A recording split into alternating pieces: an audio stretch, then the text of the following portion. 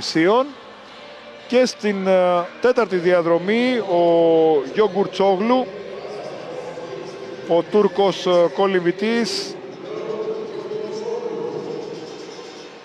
που έχει και τον καλύτερο χρόνο με 2.14.72 σε αυτό τον μεγάλο τελικό. Εδώ βλέπουμε και τα ονόματα των 8 φιναλίστ και τις διαδρομές που θα κολυμπήσουν. Τα βλέμματα μας βέβαια στον Ευάγγελο Εφραίμ Ντούμα, που κολυμπάει στην τρίτη διαδρομή με παρουσία, ο μικρότερος της Ολυμπιακής ομάδας. Αγωνίστηκε στην 4x100 μεικτή ομαδικής με την Ντουντουνάκη, την Δράκου και τον Απόστολο Χρήστου, που κατέλαβαν την 13η θέση.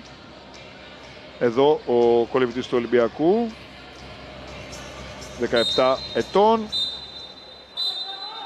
Κατέχει το πανελλήνιο ρεκόρ εφήβων με 2.12.28.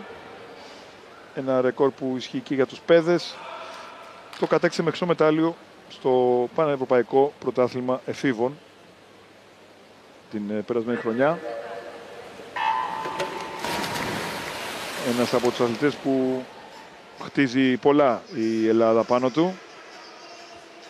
Πολύ καλό ξεκίνημα στην έκτη διαδρομή με τον Μιρζαμουράτοφ και στην 7η με τον Θόμογλου.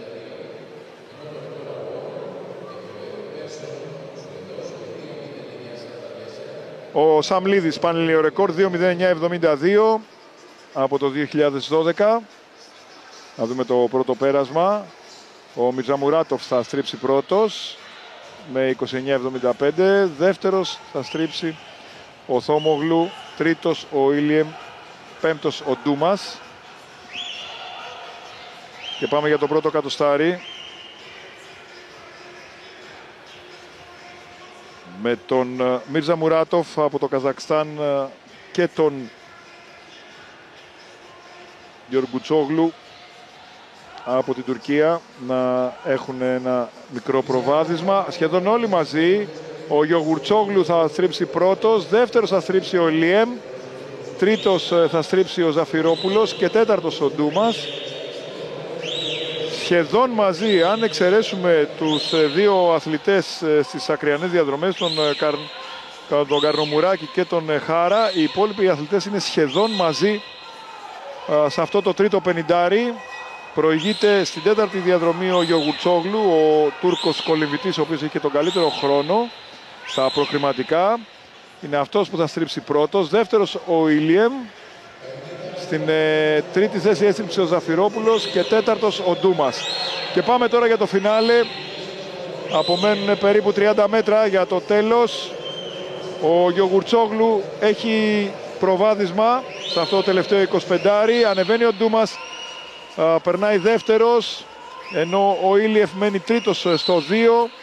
Ανεβαίνει τώρα και στο 7 ο Θόμογλου. Και πάμε να δούμε τον τερματισμό με τον Γιοργουτσόγλου να είναι αυτός που θα πάρει την πρώτη θέση σε 2.11.99, σε 2.11.34, 2.11.99 για τον Ντούμα,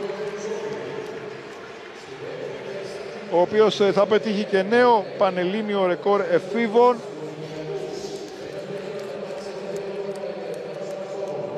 Στην τρίτη θέση θα τερματίσει ο Θόμογλου με 2.12.57, τέταρτος ο Ζαφυρόπουλος με 2.12.59. Πρώτος λοιπόν ο Γιοργουτσόγλου στο 2.11.34, όπως είπαμε, είναι νέο πανελλήνιο ρεκόρ για τον Ευάγγελο Ντούμα με 2.11.99, νέο πανελλήνιο ρεκόρ εφήβων και παιδών.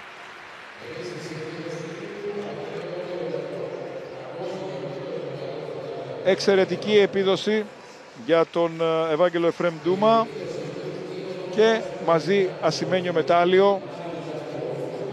Είχε κερδίσει το χρυσό στα 100 πρόστιο.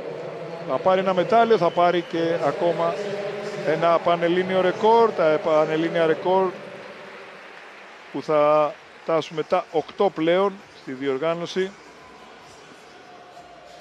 Εδώ είναι τα τελευταία μέτρα της κούρσας, όπου ο Ντούμας έκανε ένα εξαιρετικό τέταρτο πενιντάρι, κυρίως για το χρόνο αλλά και για την θέση στον μεγάλο τελικό.